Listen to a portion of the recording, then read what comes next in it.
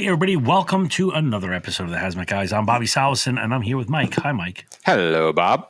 Hi. We're here. We are here. 296. Incredible. What was the statistic that very few podcasts even go past like seven? Yeah, it was 7. I think the vast majority of podcasts go until like 7, and like 5% make it to 100. Wow. But you know what? Like nowadays, like if you look at these news shows or guys that do daily type things, I mean, they're banging out hundreds a year. So it's kind of, I don't know. I think we're doing pretty good. I think we're doing all right. I mean, at least we've got stuff that is relevant and not just like, I don't know, people talking about movies or just something totally stupid. Yeah, exactly. So, conferences, I actually just talked to 2 of the conference guys today, Massachusetts and Cold Zone, and those 2 things are shaking. They're happening. Nice. In person. Nice. And I know Virginia is on the way. We're going to make sure that we are present to some degree, at least each one of them, probably in duo for Massachusetts. Yes. I wouldn't miss it for the world. So. No. I missed it for COVID. Yes, that is true. And we can't have that again. So unless Delta variant be damned. Delta's going to doom us. Oh, forget it. Enough.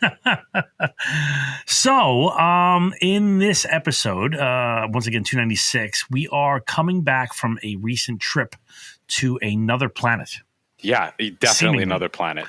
Seemingly another planet. And we had to take together a class in order to be able to do another part-time job for us. Right. To get certified in that state to teach.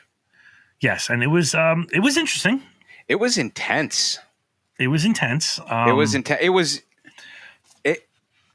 Neither this podcast, this episode is not about like the good and the bad of that system. So no, what it is we kind of sat there and we started talking. We're like, wow, like it was a lot. It was all regulations. Right. Like imagine a 16-hour class on regulations. Yes. And we kind of looked at each other and we were like, you know, this is very similar to how we view SOPs and GOPs, right? Like it's good to have guidelines. How far is too far? Mm-hmm. When is something that's written a hindrance to your operation or to your teaching or to your program? And it's just kind of something that we wanted to chat about. Yeah, there was a couple of style things that I don't know if I would have done as the instructor. And it's not against the instructors or anything, because they were energetic and for the material that was being taught, that could have been a nightmare class. That's the funny part is like we're 2 instructors that teach probably one of the driest topics of hazmat, and we're going, boy, that was rough. It's like exponential. It's like logarithmic. Well, because I can turn around and I can make vapor pressure interesting, right? I can't make regulation 2496 .1 paragraph F interesting. Oh, God. They did a really good job. I think they did a good job teaching the material at hand. Yes. And if the instructor ever hears, I'm going to go into a 3-minute tirade about one thing that kind of bothered me with just the class is that, I'm a self-taught aficionado of teaching methodology. Engagement, right? And one of the cardinal things is you cannot walk into a class of 25 people that you don't know and they don't know you, and immediately start with a social contract that is large, meaning that when you walk in, and for those of you that are watching us on video, because you should be, and check us on the YouTube channel, you'll see what I'm actually doing. Is I will do something like this, and it's something as basic as like, who here likes to breathe? right? I'm putting up my hand, I'm giving you a visual nod, and I'm telling you, and it was starting with, I just want you, I'm going to get 100% of you to say yes to this. It's very, very difficult to start off with 25 people that don't know each other to start going, okay, we're going to play bingo, and you're going to go around and introduce yourself to everybody and find out who drank last night and who knows, like, 6 derivatives of a hydrocarbon. It was the first thing we did. Right. And that's a difficult jump to do as an instructor, because people I don't even know where I'm sitting yet. And I'm getting thrown into a bingo game. So again, that's just me. Maybe start off a little slower. I mean, that I give them an E for effort, right? Because it is a great thing to do, just not at that time, right? Had it been the second day, right? If he had started that class off the second day, the first day was like, everybody introduce themselves, give me something about your personality, give me something interesting. What's your hobby? What's your something, and then be like, all right, you've worked with these people for 8 hours yesterday. Now figure out who would get this list. Yes, I like that. That, and then it would have been a little bit more engaged. It would have, there would have been more social interaction. We would have bought in a little bit more. Listen, everything can be improved. Right. So the content was broken up interestingly. It was in 4 major parts, if memory serves. Yes, 4 major parts, and then 2 or 3 like little tiny subsections that dealt with hazardous materials. Right, and again, I'm going off my memory. It was like, what curriculum, what criteria you need to be an instructor. Like, let's start with that one, which I honestly really liked.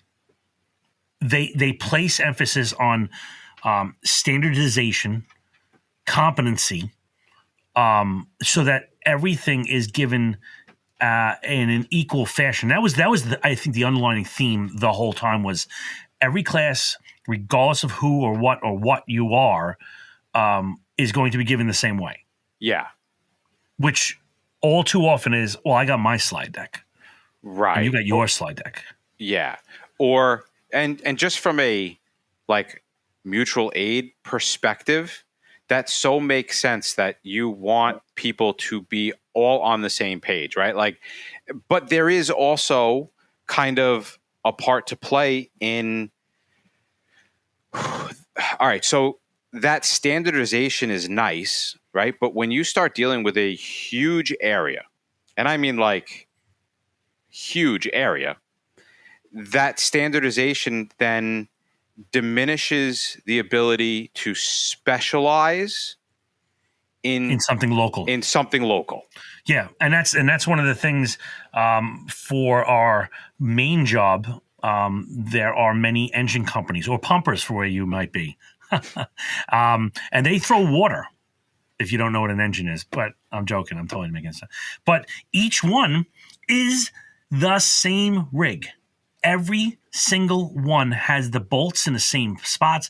The every single thing is done the same. However, if you go to different parts of our area, they are very, very different because they deal with different types of emergencies in those areas. And therefore, like Mike says, having their whole thing was you cannot take content out. You can add content to. Right.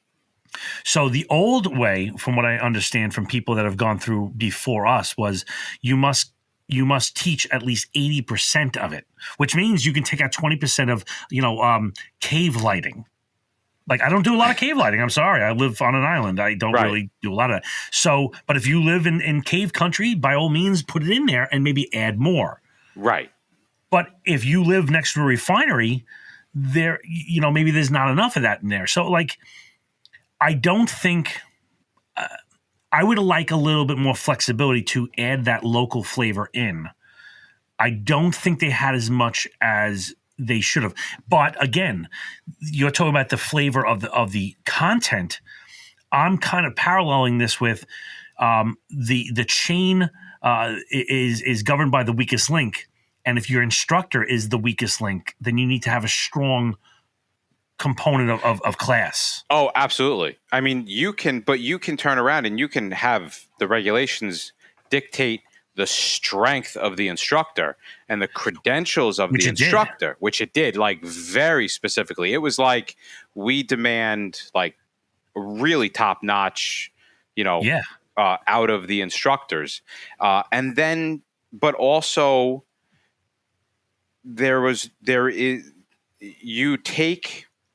why have a top-notch instructor? Why demand a top-notch instructor and then say you must show every PowerPoint and you must teach this information?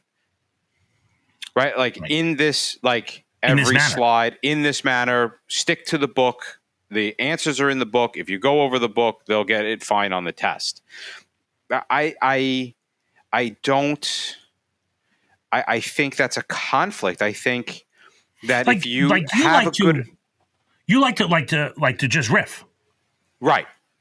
So let's say, and I think they were pretty. The funny thing is, they were pretty flexible about it without being flexible. The book is very specific. If Mike goes and he just says, "I'm not even turning on the PowerPoint. I'm just going to bang this home, and I will hit 85-90% of it off the top of my head," right? And then he doesn't open up that PowerPoint, technically you're in violation. Whereas if you opened it and then go click, click, click, click, click, click, and you flip through the thing and you go, "Oh, I forgot this one point," then you'll be good.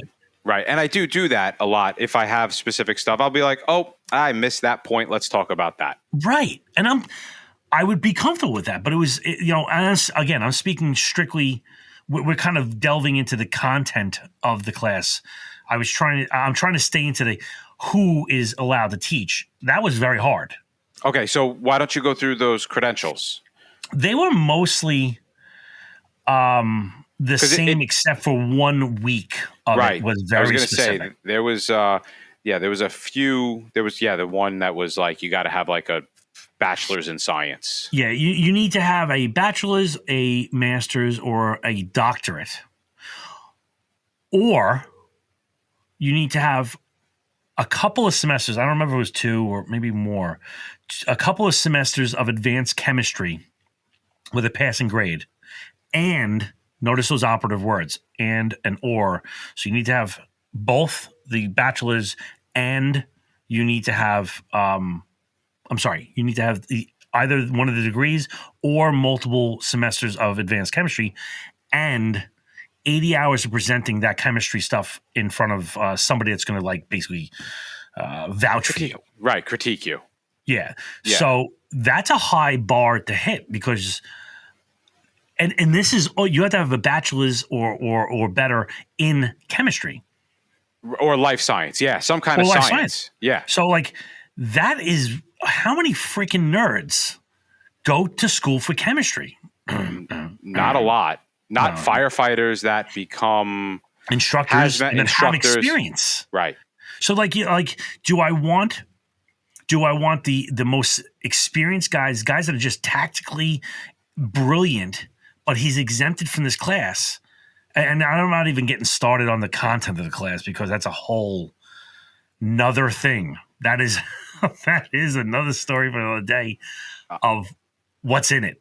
There is, now that you're saying that, there is actually, outside of that state, there is in OSHA, 1910-120 actually has a paragraph as to who qualifies to be an instructor for hazmat. Really? Yes. I'm going to find that. Am I in there? Maybe I've been it's got your picture. It's got your picture. Oh. Well, while you're looking that up, so the bar was set for all of these weeks, and there are multiple modules within the hazmat curricula that needed certain criteria to be met. And I will say some of them were pretty easy, but a lot of them, a few of them were really, and when you start getting into the technician and specialist level, a lot of guys were like, whoa, I'm not even, like, it demands a lot of experience and comfortableness with that content. So the pool to draw from is super, super small because of the criteria that you have to get to it. Especially in like that category of that 1 week that you're specifically talking about. Right. Yeah. Well, all right. So let's say I have a guy that checks all the boxes, but he sucks as an instructor. Well, he checked all the boxes. Yeah, but he sucks as an instructor. How do you? All right. So did they address the suckiness of the instructor at all? Because I kind of feel like they did in this way of like, yeah, we read the evals. We know if you suck as an instructor, we're going to find out. I think that's where the 80 hours of vouching from somebody else would kind of cover that whole thing up. But, it's not a foolproof plan. What if the guy just, throws the paperwork in front of the boss and says, here, sign this. I need this kind. And he goes, okay. And he just throws it in there. Right. Like, I need you to teach. I'm just going to vouch for you. I don't really care. Right. So there is different levels of, I'm trying to find where we fit in specifically for employees, because I'm in paragraph Q of 1910-120, and some of the other programs have, training. First responder operations is in here, hazardous instructor, because I just want to read it because to see what the difference is from that national level to that local state level and that regulation. So trainers who teach any of the above training subjects, which was operations, technician, specialist, all that 9 yards, which is something that I know that we've been saying where some of us work. Trainers who teach any of the above training subjects shall have satisfactory completion in the training of the course for which they are teaching, makes sense, and are expected to teach such courses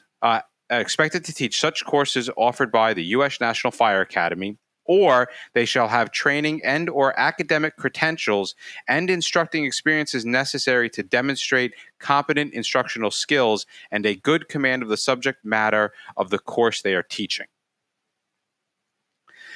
Now, I don't know about you, but that sounds almost like total nonsense. Yes. The National Fire Academy thing is an exemptor right there.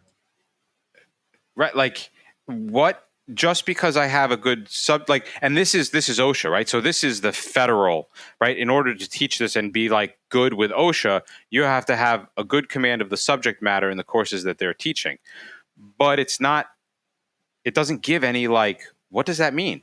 What is a good command of the subject matter? Who dictates that? Yeah. Right? Like there's no bar. It's like there's no bar. All right, prove it. Prove to me that you have good content. I guess you just have to wait for somebody to get hurt. Well, and then they turn around and. So I have a guy that's not, doesn't have a bachelor's degree, and but he's picked up. He's very astute. He's picked up all the stuff. He can speak intelligently with PhDs. He doesn't have the piece of paper. Who cares? The guy's the best instructor I've ever seen. Yeah. I don't care. He still moves the ball a mile further or better than any of these other guys that I have a PhD. Awesome. It's great. You suck. Yeah. You suck as an instructor. But you could see that lack of understanding in other parts of their regulations. Yes. And the way that certain courses are set up, where it's they really emphasized a chemistry knowledge that is well above what a responder really needs to know. Right. And again, that's a story for another day. I really would like to come back around to that one and kind of hash that out. But they go into, now we're kind of generating into the actual classes, is that they go into granular level stuff where you're talking about things like over the road transport, containers, etc. They go into you're going to demonstrate bungs. You're going to demonstrate wrenches. You're going to demonstrate chimes. You're going to demonstrate holy crap. It was 60 pages of things you're supposed to go through in 1 week. So Now we're getting to granular level stuff where it's like, all right, when is enough enough? Because you as an instructor, there's no way I can go through 600 different pieces in 1 week. So like, yeah. Now there's no flex, because if you go by the book, and I know nobody goes by the book, but what if there's a lightning storm? Like, what if somebody gets hurt and I lose 6 hours? What if, like, things happen, man, and you got to have some flexibility in those things. I didn't feel like it was a lot of flexibility. No, there was no flexibility, but they tried to say it was flexible, right? Like they tried to be like, no. Yeah. Look, we want you to teach how you teach as long as you hit every single point. Right. Right. Which and it's kind of like PowerPoints. I mean, it's kind of there's part of me that gets it. There's part of me that's like, yeah, because if somebody screws up, they need to be able to say this person was trained. Right. To this competency. And that's how they get their legitimacy. And I totally get that. That's how Pro Board gives it to you. Yes. Yeah. And as Pro Board starts to like make its way around, that is the whole basis. Like standardized. We want it legit. And I'm not saying it's not legit. What I mean legit is like structure, rigor, structure. Yeah. Because like, how do you teach a class like that? That every single person has to use a bunghole wrench? No. Like I literally have to line everybody up and say next. Right. Next. At that point, it's not efficient. It's not efficient. And then how do you get into scenario type training? Where is my thinking? How and where are the regulations for understanding the material? Right. And connecting the dots. Like I can turn around and I can teach my son who's 10 years old to be a technician. He's not going to understand the deeper, the connections and the dots. And I feel like the rigors of those regulations, they don't allow for dots to be connected. Right. So, to kind of wrap up the topic, I think the final crux and what was kind of like at the end, I was like, is that we're really there to test. Like testing was a big part of how all these classes are going to summarize is a written test to ensure competency.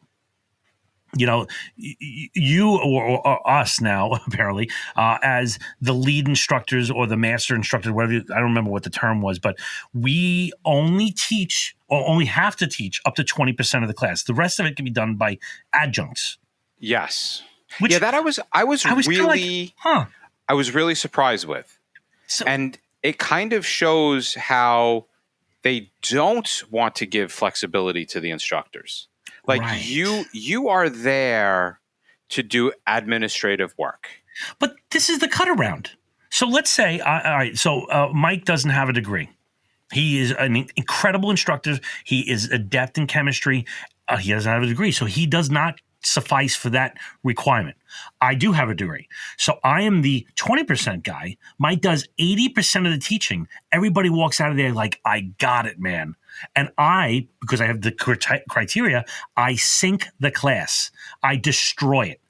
His 80% pushes them over the line. They pass the grade. Everybody goes home. The 70, what do they call the guy that gets a 71? They call him a doctor. Right. He's in. He won. He's in. He did it. But it works. That's ridiculous. It should be anybody that steps in front of the class has either the criteria or doesn't.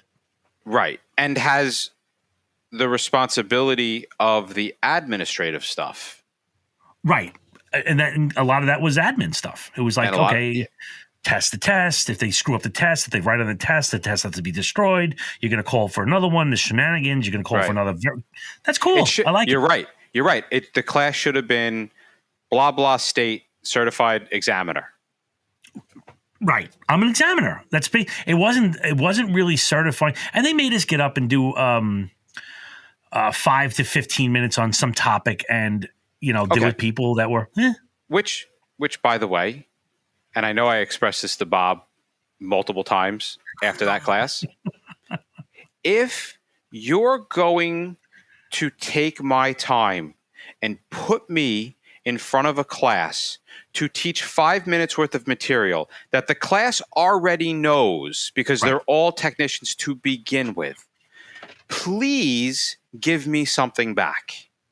Please give me feedback on how you thought my teaching style was, what you thought I did wrong. Times? Right. Like, give me something that I can take home and better myself. Do not have an instructor's class in which you see everybody teach for 5 minutes and give nothing back to that instructor. I would like to get videotaped. There's nothing more eye-opening than getting 5 minutes of yourself and you're like, oh my God, am I bad? It was just, I mean, you cut the time in half and spend another 5 minutes critiquing that instructor. Yeah, I would love that. It's you want to have good instructors, you need to be shaping them. Yeah. I don't know. That was my biggest thing. So that kind of brought up the whole conversation here, and it comes up to, I would take a deep soul searching look at your department, your entity, or whatever it might be. Do you want to fall on the 100% regulated thing that we kind of just viewed, or do you? And there's other departments that are such a flim flam shop that like, hey, Joe drives and he just hit this crane. Like, who taught Joe? Well, Frank did. Who taught Frank? Steve did. Who taught Steve? Well, Frank did. Like, what? Wait. There's no legitimacy at all. Yeah. It's like, it's passed down. And that's difficult, right? Because you can't have the very definition of structure is non-rigidity. But you can't have flexibility if you have structure. You can't have structure if you have flexibility. There's got to be, there has to be somewhere in the middle. Somewhere in the middle, you have to be able to account for instructing, teaching style, the type of instructor, what you actually want to, what's in your local area, like what is actually useful for that technician, what is actually useful for that class. If I go in and I create a program for where we work and, I spend an entire day on chlorine rail car, and there's no that's a total waste, right? But I have to mention it and I have to talk about it to some degree according to NFPA and according to OSHA. Well, this is where I think they're demanding two things, and they can't be both done at the same time. You either demand the best instructors and give them the flexibility in the course, or you design a tight course and you cannot get the best instructors. Right. Because wouldn't that land on me? Like, wouldn't that land on my shoulders if my class failed the test? I would say. Right. So shouldn't I be like, if I'm a good instructor and I have the textbook and the knowledge and the information, right? I have what they want to teach, on top of the fact that 5-minute lecture was without PowerPoint. Yes, and they were trying to freestyle. But you had to use their PowerPoint in your class. Right. So, right, like, so if I exnay the PowerPoint because of my teaching style, I'm technically in violation because I'm not using their slides. Right.